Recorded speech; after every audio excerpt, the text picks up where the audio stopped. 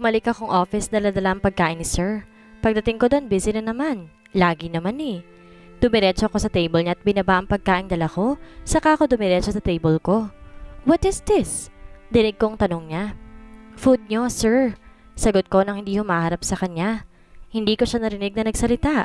Humarap na lang ako sa laptop at ginawa ang trabaho ko pero hindi ako makapag-focus. Feeling ko kasi may nakatingin sa akin. Tiningnan ko si sir at halos mapatalon pa ako sa kinauupuan ko na makita ko nakatingin siya. What? Kunot noong tanong ko sa kanya. What? Gaya pa niya sa tono ng pagkakasabi ko noon. Narealize ko naman yung inasal ko. Tumikim ako. Pasensya na, sir. Do you need anything? Tanong ko sa kanya. Nothing. Iwas niyang tingin sa akin. Nakita ko naman yung pagkain niyang parang tinititigan niya lamang. Hindi ka pa ba kakain, sir? Oh well, thank you. Hindi ko naman sa pinansin pa at nagtrabaho na ako. Hindi ko pa rin maalis sa isip ko yung sinabi ni bakla na nakita niya ang cellphone ko. Bakit ba kasi hindi ko naisipang lagyan ng password yun? Nakakainis. Ano bang pakialam ko? Porket ba naka-wallpaper lang may gusto na agad? Hindi ba pwedeng nagagapuhan lang sa ngiti niya? Mabilis kong tinapos ang lahat ng trabaho ko at umuwi na after. Kinabukasan, naglalakad na ako papasok ng building na makita ko yung mga bata na masayang kumakain sa tabi ng isang puno. Hi! Pati ko sa kanila na makalapit ako. Ay ate, ikaw po pala. Kain po tayo. Aya nila sa akin. Tinignan ko naman yung mga pagkain nila at malinis naman ang mga iyon. Sige lang, tapos na ako. Lagi ba kayo dito? Tanong ko sa kanya. Minsan lang po. Sagot ng pinakamatanda sa kanila. Si Mang Menard ba lagi nagbibigay ng pagkain ninyo? Minsan lang po. Saan kayo kumukuha ng pagkain ninyo kapag wala si Mang Menard? Takan tanong ko sa kanila. Nanlilimos po dyan. Minsan naman po nagtatrabaho ko sa palengke bilang kargador. Pero dahil masyado po kaming marami pang paunahan na lang po. Nalungkot naman ako sa sinabi niya. Paano kung walang limos at wala kang trabaho? Paano na kayo? Napangiti naman siya sa akin. Nagtitiis po kami sa tubig. Noong hindi pa po namin kilala si Mang Menard noon, nabubuhay po kami sa basura. Nakakaawa naman talaga. Dumukot ako ng pera sa wallet ko. Eto pambili nyo ng pagkain para may pananghalian kayo mamaya. Abot ko sa pinakamatanda sa kanila at kinuha niya naman iyon. Salamat po ate. Hati-hatiin mo ng fare, okay? Dapat pantay-pantay kayo. Opo ate, hindi naman po ako nanlalamang ng kapwa kahit na hindi kami magkakapatid po sa dugo. Kami-kami na lang meron sa isa't isa. Maglalamangan pa rin po ba? Napangiti naman ako sa sinabi niya. Mabuti naman kung ganun. O siya sige, mauna na ako at baka nandun na yung boss ko. Nagpaalam na rin sila sa aking lahat, saka pumasok na ako ng building. Pagpasok ko, medyo marami-rami na rin yung tao. Mag-e-8 na kasi. Malamang nandun na yun si sir. Pagpasok ko sa office, tama nga hinala ko. Pero nagtaka naman ako nang maabutan ko doon si Claudia at ang isang lalaki. Hindi ko alam kung sino kasi nakatalikod sa akin.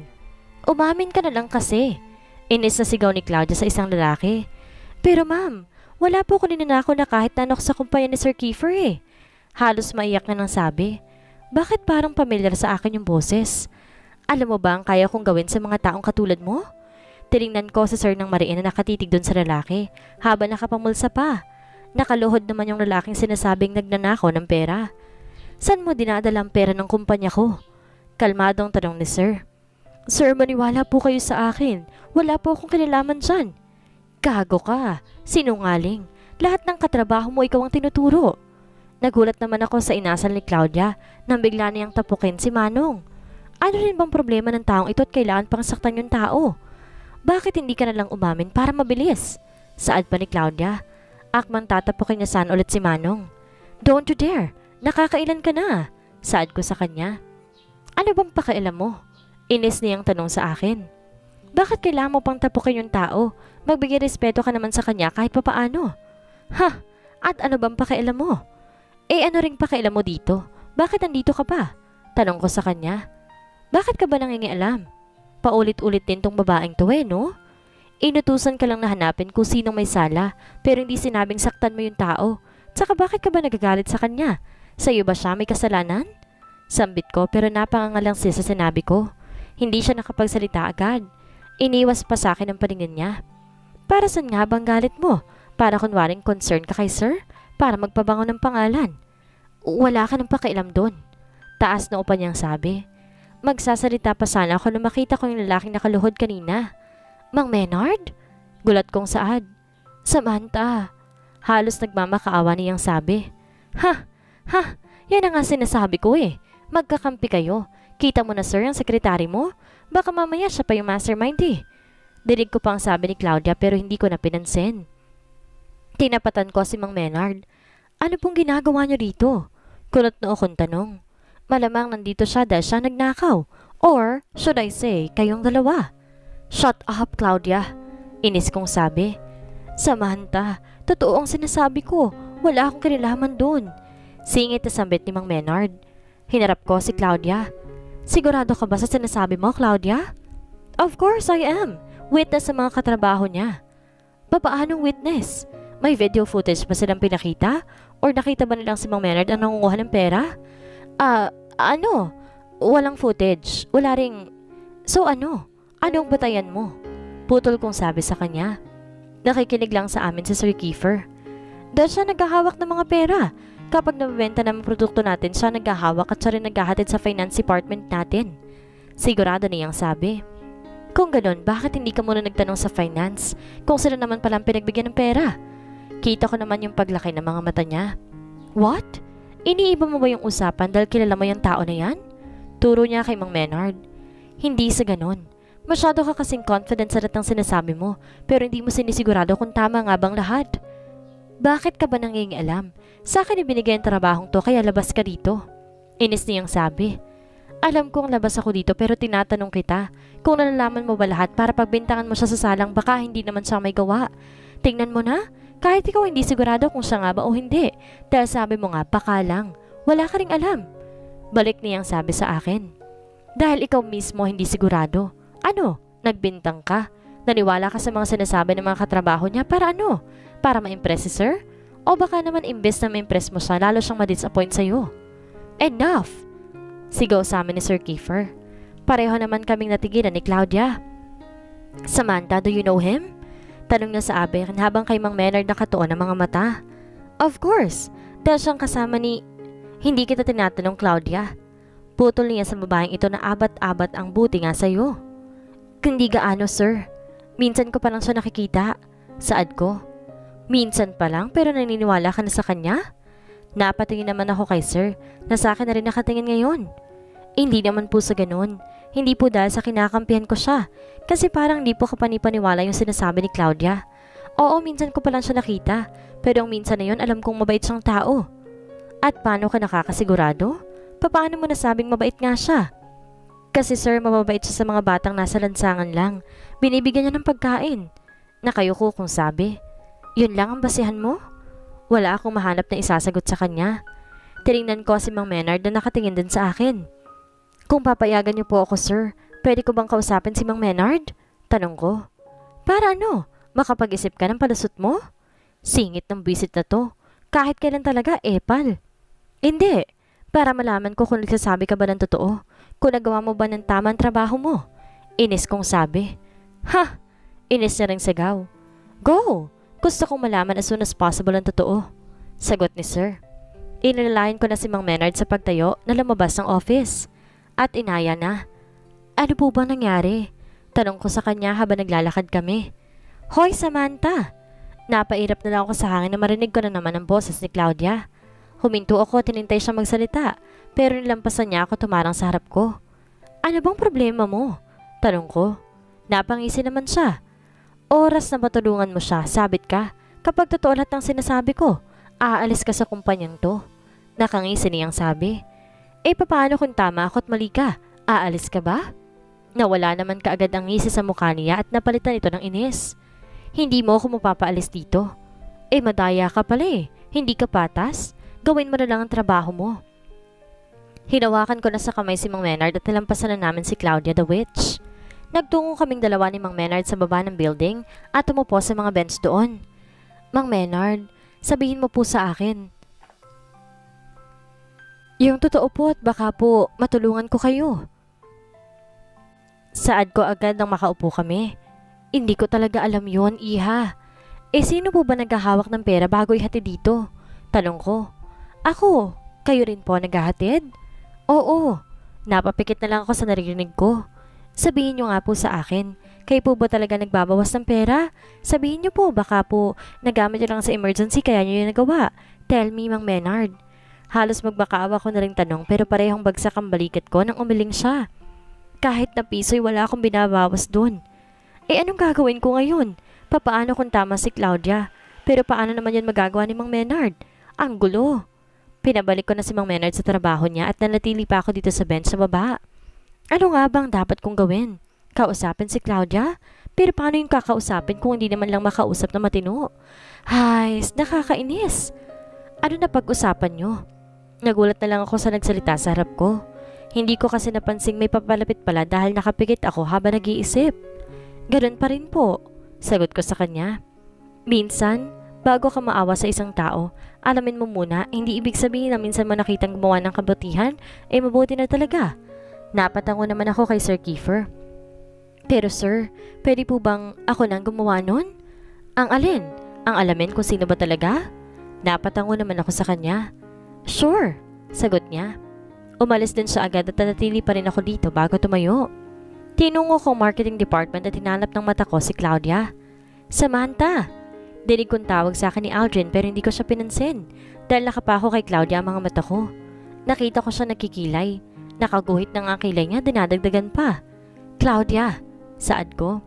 Pansin ko ang paglingon ng ibang tao sa pwesto namin. Tinignan niya ako pero binalik din agad ang paningin sa salamin at ipinagpatuloy ang pagkikilay niya. What? Na-realize mo na bang mali ka? O ano? Aalis ka na ba? Inimpis niya ang mga gamit niya saka inilagay sa pouch niya. Hindi. Anong kailangan mo?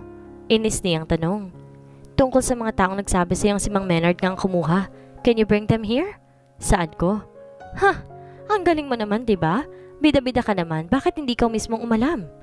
Kapag ba dalala mo sila dito, gusto mong kausapin ko sa sir para sa appointment ninyo? Para masolo mo siya. Nakangiti kong sabi. Talaga? Nawala ang inis niya at napalitan ng masayang mukha. Yun ay kung madadala mo sila dito. At paano ka nga makakasigurong kakausapin ako ni Sir Aber? Nakalimutan mo na? Sekretary niya ako. Pwede kong ilagay sa schedule niya. Okay, deal. Tumayo na siya at paalis sa cubicle niya para makapunta sa akin. Kung ganyan ka naman palagi, magkakasundo tayo. Saad niya bago ko nilampasan. Si Sir lang palang kahinaan mo eh. Hoy Samantha, gaga ka? Bakit mo gagawin yun? Tumayo si bakla at lumapit sa kanya saka umupo. Ano naman bang pinag-uusapan ninyong dalawa? Tanong niya pa. Tinal niya kasi dito yung sinasabi niyang nagnanakaw kay Sir. Pero sa tingin ko hindi naman siya yun eh. Paano mo naman nasabi? Basta, hindi ko naman sa kinibo kahit na nagsasalita siya. Iniisip ko pa rin talaga yon. Kung hindi ko talaga mapaamin si Mang Menard, ibig sabihin may iba pa. At kung mali man ako, saan dinadala ni Mang Menard ang mga pera? Imposibleng sa mga bata naman. Naghintay pa ako dito sa department nila kay Claudia. Maya-maya, pumasok siya ng departamento nila at may kasunod na 2 lalaki. Tumayo naman ako. Oh, yan na ha, yan na sila. Deal is a deal at kapag mali ang hinala mo, umalis ka na dito. Saka yung sa amin ni Sir ha? Okay na nga eh. Bakit naman ako aalis dito hindi naman ako tinatanggal? Bakit ko naman gagawin yun? What? Kumunot naman ang niya. Nasa akin pa rin ang desisyon, Claudia. Okay na sana kaso dinagdagan mo pa. Ayan tuloy, nagbagong isip ko. What do you mean? Inis niyang sigaw sa akin. Hindi ko gagawin. Let's go. Aya ko doon sa dalawa. Nakakainis ka talaga kahit kailan, Samantha. Wisit. Dinig kong sigaw niya. Mag-aalboroto ka hanggang gusto mo. Iginiya ko ang dalawa pababa ng building. At doon na lang kami sa mga bench mag-uusap. Tungkol ba rin ba ito kay Menard? Biglang tanong ng isang may katandaan ng lalaki. Opo, sagot ko. Bakit, hindi pa rin ba naamin? Bakit naman sa aamin kung hindi naman talaga siya? Sabi ko sa kanya habang naglalakad kami. What do you mean? Sinasabi mo bang may iba pa? Hindi po sa ganun. Nagpatuloy kami sa paglalakad at umupo na ako na makarating kami. So anong gusto mong malaman at pinapunta mo pa kami dito? Tanong pa ng isa habang tahimik naman itong lalaking isa. Kayo po ang nagturo na si Mang Menard ang nagnanakaw? Hindi naman sa tinuturo pero sino ba naghahawak ng pera bukod sa kanya? Yun lang po ba ang basihan ninyo? Oo. Siya lang naman kasit wala nang iba. Papaano po kung may nagsasabotahe sa kanya? Umiwas naman ng tingin sa akin ang lalaking to. Hindi ko alam, sagot niya. Tiningnan ko naman itong isang kanina pang tahimik. Kayo po, wala po ba kayong nalalaman? Tanong ko sa isa. Tiningnan niya ako pero umiwas din siya agad ng tingin. Wala po. Sagot ko saka tumingin sa isa pa niyang kasama. Napatas naman ang kilay ko. Bakit parang iba ang pakiramdam ko sa paglingon-lingon niya sa matanda? Para bang nagtatanong pa ng permiso. Ganun po ba? Pasensya na po kayo. Saad ko. Yun lang ba ang sasabihin mo? Pwede na ba kaming umalis? Nakakaabala na eh. Napatango naman akong napapahiya sa kanya. Tumayo na sila at umalis. Napasiring naman ako ng tingin sa kanila. Parang may mali. Wala akong ginawa sa maghapon na yon kundi ang asikasuhin yun. Pagkatapos ko makausap ang dalawa, pinuntahan ko si Mang Menard sa pinagtatrabahuhan niya. Ano na naman ba ang kailangan mo? Bungad na tanong sa akin na matandang kausap ko kanina. Ano bang pangalan nito? Ano pong pangalan nyo? Tonyo, sagot niya. Napatango naman ako. Nandyan po ba si Mang Menard? Tanong ko. Oo, nandyan pero nagtatrabaho. Hindi mo pwedeng abalahin. Masungit niyang sabi sa akin. Utos po ito ni Sir Kiefer. Gusto niyo pong mapatawag ni Sir? Sarcastic ako na ring sabi. Napatikim naman siya at umiwas ang tingin. Nandun, puntahan mo na lang. Saad niya bago tumalikod. Ang sungit naman na matandang to. Hindi ko na lang yun pinansin pa, tinanap na si Mang Menard. Buti na lang at mabilis lamang siyang hanapin. O iha, nakapunta ka dito. Pwede ko po ba kayo makausap? Oo naman, ikaw lang kaisa isang naniniwala sa akin eh. Ngiti niyang sabi pero nandun pa rin yung takot niya. Naupo kami ni Mang Menard sa isang ilalim ng puno. Maliban po sa inyo, meron pa po ba naghahawak ng pera? Tanong ko kaagad sa kanya. Nag-isip naman siya kung meron ba talaga. Matagal siya bago nakasagot sa akin. Ako lang talaga eh. May pinapabantay ba kayo o ano? Tanong ko pa. Nag-isip muna ulit siya bago sumagot. Naalala ko na. Noong nakaraang buwan. Iniwan ko kay Sir Tonyo yung pera dahil nakalimutan ko yung bayad na isang pinagdelivera namin ng mga gulay. Kaya binalikan ko. Hindi ko pa nabibilang ang lahat ng yun. Bingo! Sabi ko na nga may mali sa kanya eh. Siya ang namumuno dito, bakit niya nagawa yun? Tapos pagbibintangan ng ibang tao? Pero parang mahihirapan pa rin kami kung yun lang ang basehan namin o ebidensya namin. Unless may nakakita sa kanya. Paano ko nga ba malalaman yung totoo? Kung si Sir Tonyo bang may gawa o hindi? Paano kung pumasok ako bukas at tanungin ako agad ni Sir Kiefer? Ano ang isasagot ko? Mahirap magbintang lalo na kung ang pinanghahawakan mo lamang ay hinala. Nagpaalam ako kay Mang Menard at bumalik na ng opisina niya. Nagkasalubong ko si Claudia at may sinasabi pero hindi ko na yun naintindihan dahil sa lalim ang iniisip ko ngayon. Kailangan ko talagang mahalap ang sagot pero paano ba talaga?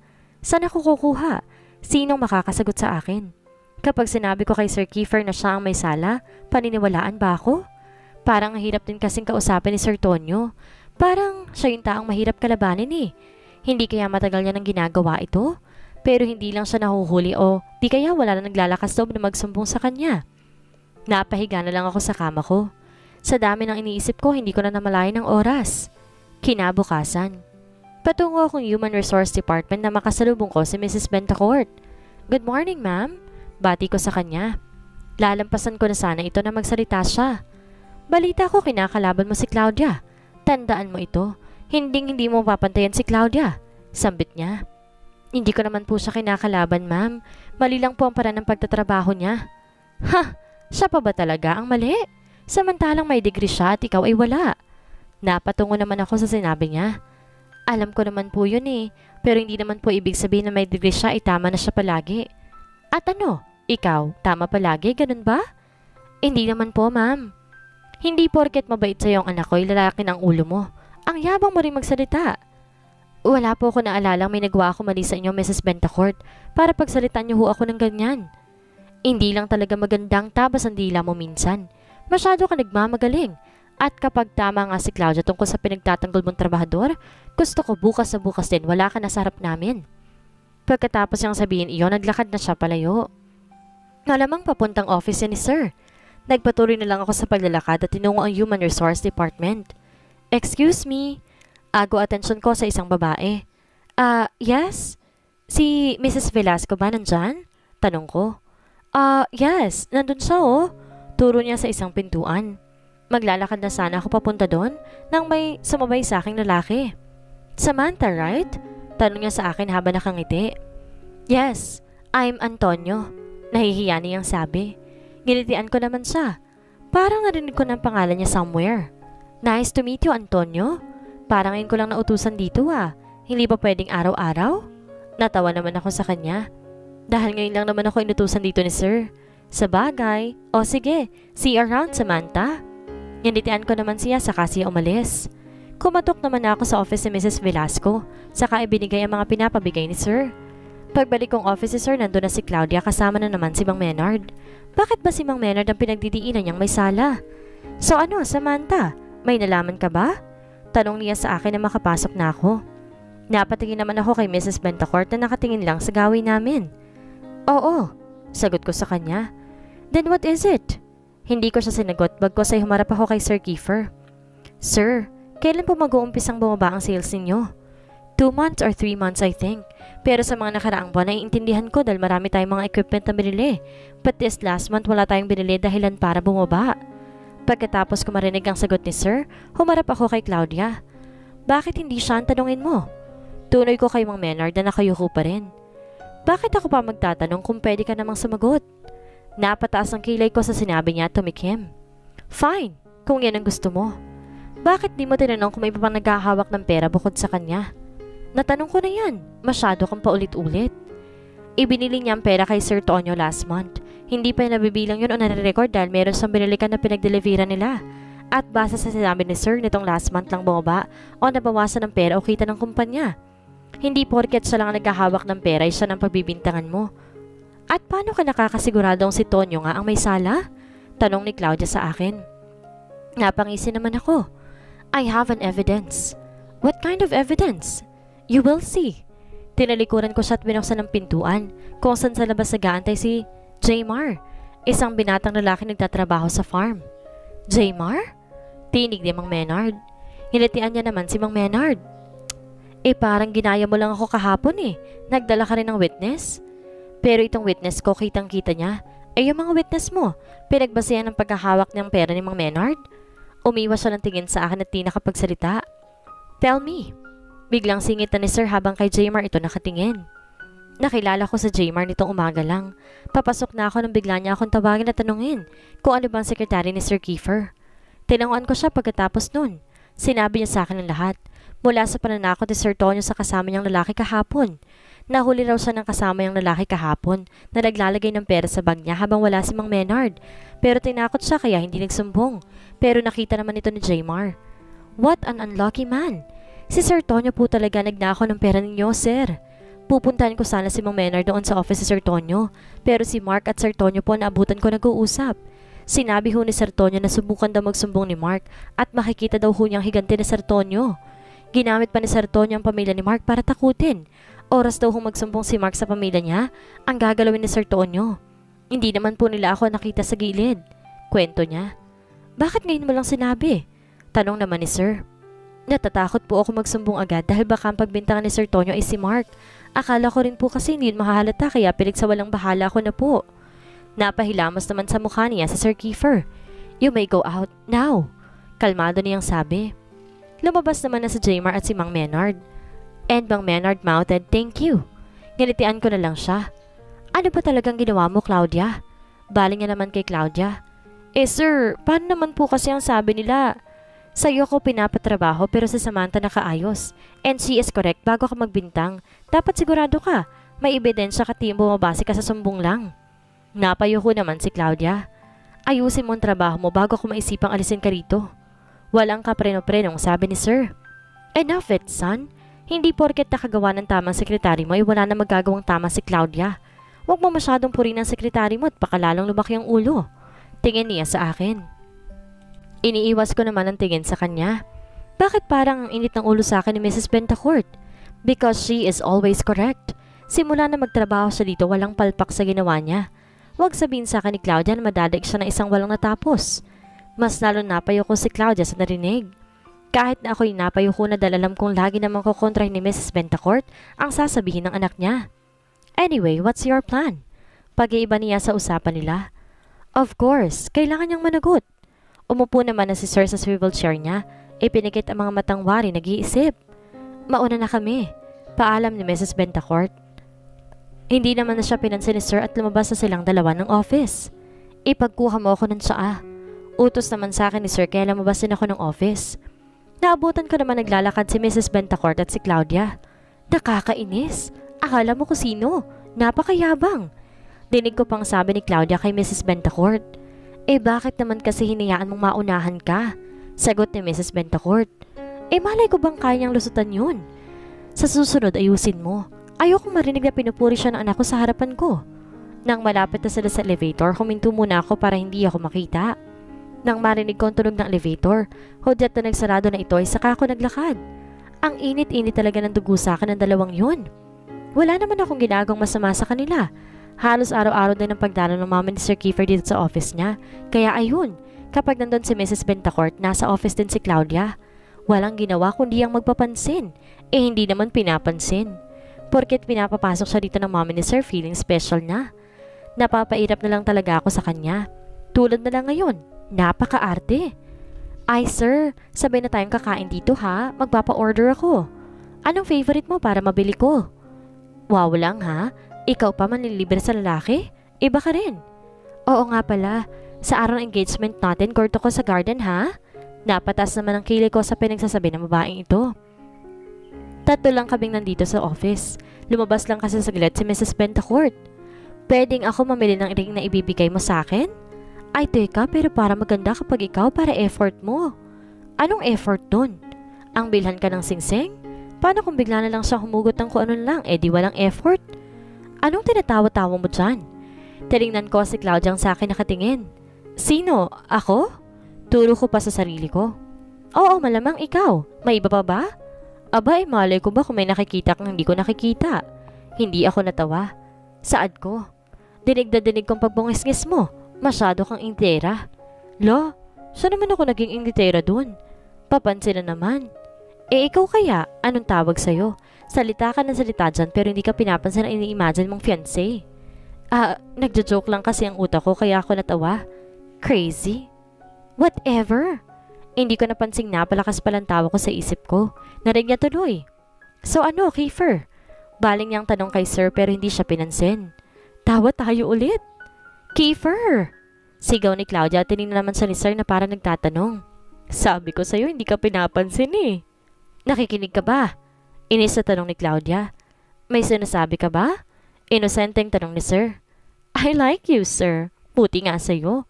Kahit pala hindi na kita patulan, satisfied na ako sa ginagawa ni Sir sa'yo eh. Nakakainis ka naman. Hindi ka naman nakikinig. Galit niyang sabi.